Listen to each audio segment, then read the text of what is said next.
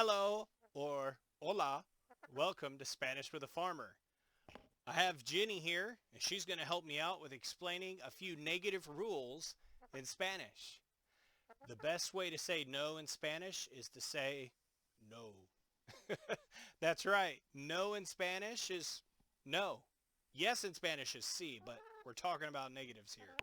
So, to discuss a few quick rules with negatives in Spanish, first we have just add no. That's right. In English, we often will say the word don't, like I don't like ...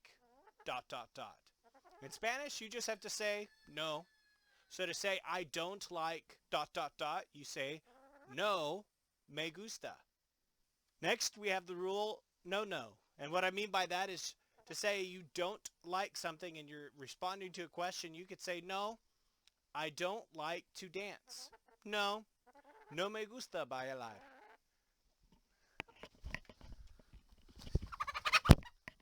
Which brings us to another rule per se that's understood, and that is in Spanish, double negatives are okay. I know in English you've been taught probably for a long time, never have double negatives in a sentence. But in Spanish, it's oftentimes necessary to have double, triple negatives in a sentence. To say you don't like two things, you can use the phrase with ni and ni. For example, no me gusta ni dibujar ni bailar.